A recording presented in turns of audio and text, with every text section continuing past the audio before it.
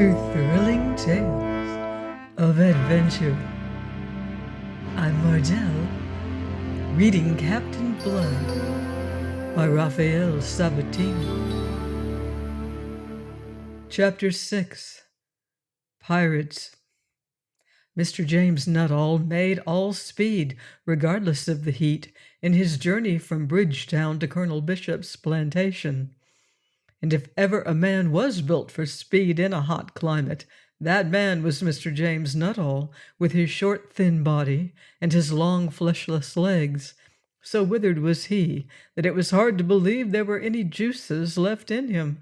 Yet juices there must have been, for he was sweating violently by the time he reached the stockade. At the entrance he almost ran into the overseer Kent, a squat, bow-legged animal with the arms of a Hercules and the jowl of a bulldog. "I'm seeking Dr. Blood," he announced breathlessly. "You're in a rare haste," growled Kent. "What the devil is it, twins?" "Eh? Oh, nay, I'm not married, sir. It's a cousin of mine, sir." "What is?" "He's taken bad, sir." Nuttall lied promptly upon the cue that Kent himself had afforded him. "Is the doctor here?" "That's his hut, yonder." Kent pointed carelessly. "If he's not there, he'll be somewhere else." And he took himself off. He was a surly, ungracious beast at all times, readier with the lash of his whip than with his tongue. Nuttall watched him go with satisfaction, and even noted the direction that he took. Then he plunged into the enclosure to verify in mortification that Dr. Blood was not at home. A man of sense might have sat down and waited, judging that to be the quickest and surest way in the end. But Nuttall had no sense. He flung out of the stockade again, hesitated a moment as to which direction he should take, and finally decided to go any way but the way that Kent had gone. He sped across the parched savanna towards the sugar plantation, which stood solid as a rampart and gleaming golden in the dazzling June sunshine. Avenues intersected the great blocks of ripening amber cane. In the distance, down one of these, he espied some slaves at work. Nuttall entered the avenue and advanced upon him. They eyed him dully as he passed them. Pitt was not of their number, and he dared not ask for him. He continued his search for the best part of an hour, up one of those lanes and then down the other. Once an overseer, challenging him, demanded to know his business. He was looking, he said, for Dr. Blood. His cousin was taken ill. The overseer bade him go to the devil and get out of the plantation. Blood was not there. If he was anywhere, he would be in his hut in the stockade. Nuttall passed on, upon the understanding that he would go, but he went in the wrong direction. He went towards the side of the plantation farthest from the stockade, towards the dense woods that fringed it there. The overseer was too contemptuous, and perhaps too languid in the stifling heat of approaching noontide, to correct his course. Nuttall blundered to the end of the avenue and round the corner of it, and there ran into Pitt alone, toiling with a wooden spade upon an irrigation channel. A pair of cotton drawers, loose and ragged, clothed him from waist to knee. Above and below he was naked, save for a broad hat of plaited straw that sheltered his unkempt golden head from the rays of the tropical sun. At sight of him, Nuttall returned thanks aloud to his Maker. Pitt stared at him, and the shipwright poured out his dismal news in a dismal tone. The sum of it was that he must have 10 pounds from Blood that very morning, or they were all undone. And all he got for his pains and his sweat was the condemnation of Jeremy Pitt. "Damn you for a fool," said the slave. "If it's Blood you're seeking, why are you wasting your time here?" "I can't find him," bleated Nuttall. He was indignant at his reception. He forgot the jangled state of the other's nerves after a night of anxious wakefulness, ending in a dawn of despair. "Oh, I thought that you—" You thought that I could drop my spade and go and seek him for you? Is that what you thought? My God, that our lives should depend on such a dummerhead! While you waste your time here, the hours are passing. And if an overseer should catch you talking to me, how you'll explain it?" For a moment Nuttall was bereft of speech by such ingratitude. Then he exploded. "I would to heaven I had never had a hand in this affair. I would so. I wish that—" Whatever else he wished was never known, for at that moment, round the block of cane, came a big man in biscuit-colored taffetas, followed by 2 negroes in cotton drawers who were armed with cutlasses. He was not 10 yards away, but his approach over the soft, yielding marl had been unheard. Mr. Nuttall looked wildly this way and that for a moment, then bolted like a rabbit for the woods, thus doing the most foolish and betraying thing that in the circumstances it was possible for him to do. Pitt groaned and stood still, leaning upon his spade. "Hi there, stop!" bawled Colonel Bishop after the fugitive, and added horrible threats, tricked out with some rhetorical indecencies. But the fugitive held main and never so much as turned his head. It was his only remaining hope that Colonel Bishop might not have seen his face, for the power and influence of Colonel Bishop was quite sufficient to hang any man whom he thought would be better dead. Not until the runagate had vanished into the scrub did the planter sufficiently recover from his indignant amazement to remember the 2 negroes who followed at his heels like a brace of hounds.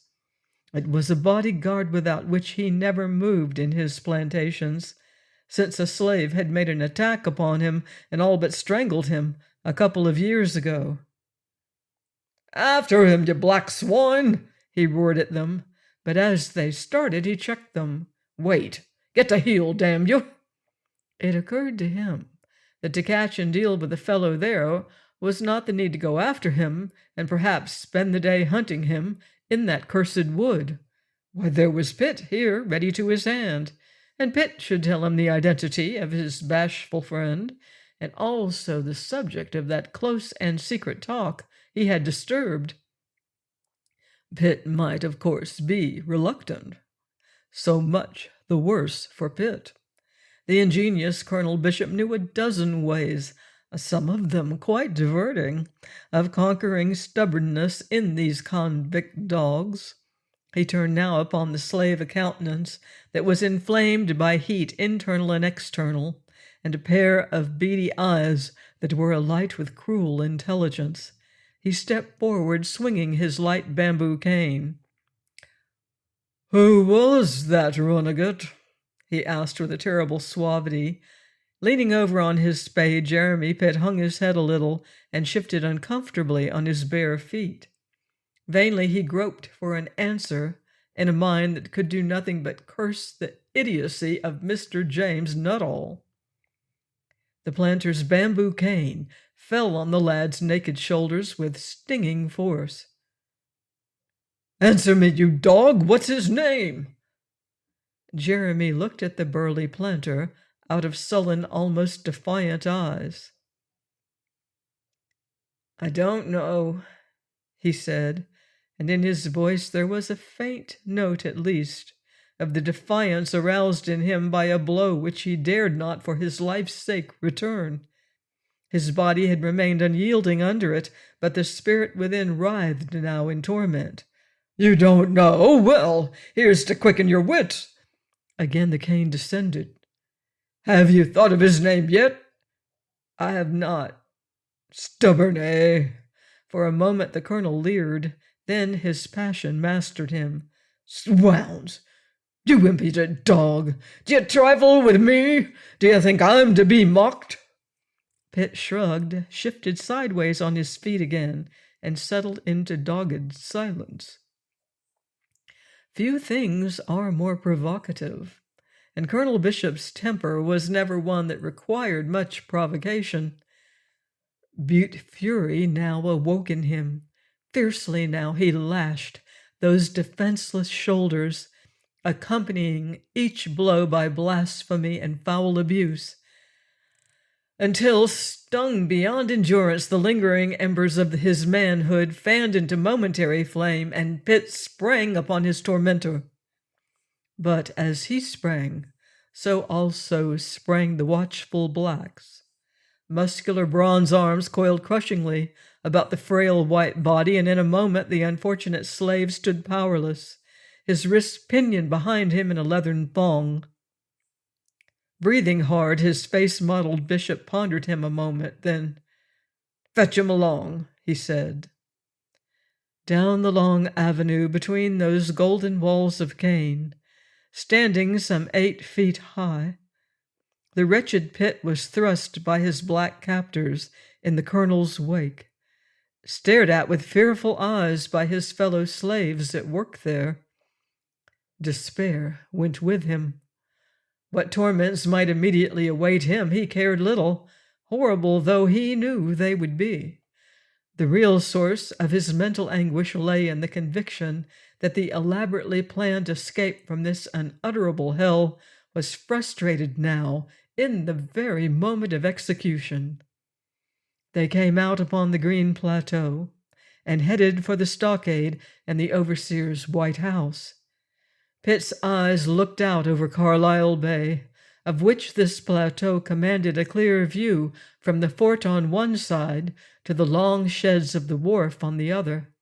Along this wharf a few shallow boats were moored, and Pitt caught himself wondering which of these was the wherry, and which, with a little luck, they might have been now at sea. Out over that sea his glance ranged miserably. In the roads, standing in for the shore before a gentle breeze that scarcely ruffled the sapphire surface of the Caribbean, came a stately, red-hulled frigate, flying the English ensign. Colonel Bishop halted to consider her, shading his eyes with his fleshly hand. Light as was the breeze, the vessel spread no canvas to it beyond that of her foresail. Furled was her every other sail, leaving a clear view of the majestic lines of her hull, from towering stern castle to gilded beakhead that was aflash in the dazzling sunshine. So leisurely in advance, argued a master indifferently acquainted with these waters, who preferred to creep forward cautiously, sounding his way. At her present rate of progress, it would be an hour, perhaps, before she came to anchorage within the harbor. And whilst the colonel viewed her, admiring perhaps the gracious beauty of her, Pitt was hurried forward into the stockade and clapped into the stocks that stood there ready for slaves who required correction. Colonel Bishop followed him presently with leisurely rolling gait. "A mutinous cur that shows his fangs to his master must learn good manners at the cost of a striped hide," was all he said, before setting about his executioner's job, that with his own hands he should do that which most men of his station would, out of self-respect, have relegated to one of the Negroes, gives you the measure of the man's beastliness. It was almost as if with relish, as if gratifying some feral instinct of cruelty, that he now lashed his victim about head and shoulders. Soon his cane was reduced to splinters by his violence. You know perhaps the sting of a flexible bamboo cane when it is whole, but do you realize its murderous quality when it has been split into several long lithe blades, each with an edge to it that is of the keenness of a knife?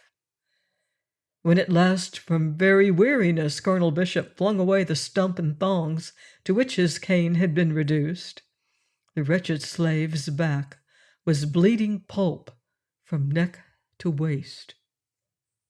As long as full sensibility remained, Jeremy Pitt had made no sound, but in a measure as from pain his senses were mercifully dulled, he sank forward in the stocks, and hung there now in a huddled heap, faintly moaning. Colonel Bishop set his foot upon the crossbar and leaned over his victim, a cruel smile on his full, coarse face. "Let that teach you a proper submission," said he. "And now touching that shy friend of yours, you shall stay here without meat or drink. Without meat or drink, do you hear me? Until you please to tell me his name and business." He took his foot from the bar. "When you've had enough of this, send me word, and we'll have the branding irons to you." On that he swung to his heel and strode out of the stockade, his negroes following. Pitt had heard him, as we hear things in our dreams.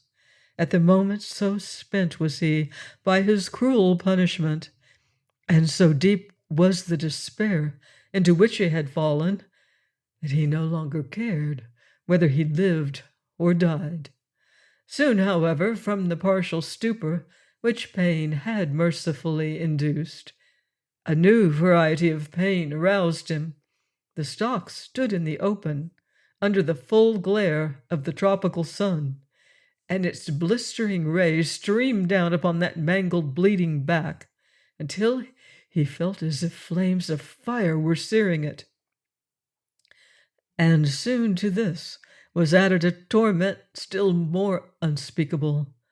Flies, the cruel flies of the Antilles, drawn by the scent of blood, descended in a cloud upon him. Small wonder that the ingenious Colonel Bishop, who so well understood the art of loosening stubborn tongues, had not deemed it necessary to have recourse to other means of torture. Not all his fiendish cruelty could devise a torment more cruel, more unendurable than the torments nature would here procure a man in Pitt's condition. The slave writhed in his stocks until he was in danger of breaking his limbs, and writhing screamed in agony. Thus was he found by Peter Blood, who seemed to his troubled vision to materialize suddenly before him. Mr. Blood carried a large palmetto leaf. Having whisked away with this the flies that were devouring Jeremy's back, he slung it by a strip of fiber from the lad's neck, so that it protected him from further attacks, as well as from the rays of the sun. Next, sitting down beside him, he drew the sufferer's head down on his own shoulder, and bathed his face from a pannikin of cold water. Pitt shuddered and moaned on a long, indrawn breath. "Drink," he gasped. "Drink, for the love of Christ." The pannikin was held to his quivering lips. He drank greedily, noisily, nor ceased until he had drained the vessel. Cooled and revived by the draught, he attempted to sit up. "My back!" he screamed. There was an unusual glint in Mr. Blood's eyes. His lips were compressed, but when he parted them to speak, his voice came cool and steady. "Be easy now, one thing at a time. Your back's taken no harm at all for the present, since I've covered it up. Now I'm wanting to know what's happened to you. Do you think we can do without a navigator, that you go and provoke that beast Bishop till he all but kills you?" Pitt sat up and groaned again, but this time his anguish was mental rather than physical. "I don't think a navigator will be needed this time, Peter." "What's that?" cried Mr. Blood. Pitt explained the situation as briefly as he could in a halting, gasping speech. "I'm to rot here until I tell him the identity of my visitor and his business." Mr. Blood got up, growling in his throat. "Bad cess to the filthy slaver," said he. "But it must be contrived, nevertheless. To the devil with Nuttall, whether he gives surety for the boat or not, whether he explains it or not, the boat remains. And we're going, and you're coming with us." "You're dreaming, Peter," said the prisoner. "We're not going this time. The magistrates will confiscate the boat, since the surety's not paid. Even if when they press him, Nuttall does not confess to the whole plan and get us all branded on the forehead." Mr. Blood turned away, and with agony in his eyes, looked out to sea over the blue water by which he had so fondly hoped to be traveling back to freedom. The great red ship had now drawn considerably nearer shore by now, and slowly, majestically, she was entering the bay. Already one or two wherries were putting off from the wharf to board her. From where he stood, Mr. Blood could see the glinting of the brass cannons mounted on the prow above the curving beakhead, and he could make out the figure of a seaman in the forechains on her larboard side, leaning out to heave the lead. An angry voice aroused him from his unhappy thoughts. "What the devil are you doing here?" The returning Colonel Bishop came striding into the stockade, his negroes following ever. Mr. Blood turned to face him, and over that swarthy countenance, which indeed by now was tanned to the golden brown of a half-caste Indian, a mask descended. "Doing?" said he blandly. "Why, the duties of my office." The colonel, striding furiously forward, observed two things: the empty pannikin on the seat beside the prisoner, and the palmetto leaf protecting his back. "Have you dared to do this?" The veins on the planter's forehead stood out like cords. "Of course I have." Mr. Blood's tone was one of faint surprise. "I said he was to have neither meat nor drink until I ordered it." "Sure now, I never heard ye." "You've never heard me? How should you have heard me when you weren't here?" "Then how did ye expect me to know what orders ye'd given?" Mr. Blood's tone was positively aggrieved. "All I knew that was one of your slaves was being murdered by Sun and the Flies, and I says to myself, oh, this is one of the colonel's slaves, and I'm the colonel's doctor, and sure, it's my duty to be looking after the colonel's property, so I just give this fellow a spoonful of water and covered his back from the sun, and wasn't I right now?" "Right!" The colonel was almost speechless. "Be easy now, be easy," Mr. Blood implored him. "It's an apoplexy you'll be contracting if you give way to heat like this." The planter thrust him aside with an imprecation, and stepping forward tore the palmetto leaf from the prisoner's back. "In the name of humanity now," Mr. Blood was beginning. The colonel swung upon him furiously. "Out of this," he commanded, "and don't come near him again until I send for you, unless you want to be served in the same way." He was terrific in his menace, in his bulk, and in the power of him. But Mr. Blood never flinched. It came to the colonel, as he found himself steadily regarded by those light blue eyes that looked so arrestingly odd in that tawny face, like pale sapphires set in copper, that this rogue had for some time now been growing presumptuous. It was a matter that he must presently correct. Meanwhile, Mr. Blood was speaking again, his tone quietly insistent. "In the name of humanity," he repeated, "you'll allow me to do what I can to ease his sufferings, or I swear to you that I'll forsake at once the duties of a doctor, and that it's devil another patient will I attend in this unhealthy island at all." For an instant the colonel was too amazed to speak. Then, "By God!" he roared. "Do you dare take that tone with me, you dog? Do you dare to make terms with me?" "I do that." The unflinching blue eyes looked squarely into the colonel's, and there was a devil peeping out of them, the devil of recklessness that is born of despair. Colonel Bishop considered him for a long moment in silence. "I've been too soft with you," he said at last, "but that's to be mended." And he tightened his lips. "I'll have the rods to you until there's not an inch of skin left on your dirty back." "Will ye so? And what would Governor Steed do then?" "You're not the only doctor on the island." Mr. Blood actually laughed. "And will ye tell that to His Excellency? Him with the gout in his foot so bad that he can't stand. You know very well as devil another doctor will he tolerate, being an intelligent man that knows what's good for him. But the colonel's brute passion, thoroughly aroused, was not so easily to be balked. If you're alive when my blacks have done with you, perhaps you'll come to your senses. He swung to his negroes to issue an order, but it was never issued. At that moment, a terrific, rolling thunderclap drowned his voice and shook the very air. Colonel Bishop jumped. His negroes jumped with him, and so even did the apparently imperturbable Mr. Blood. Then the four of them stared together seawards. Down in the bay, all that could be seen of the great ship, standing now within a cable's length of the fort, were her topmasts thrusting above a cloud of smoke in which she was enveloped.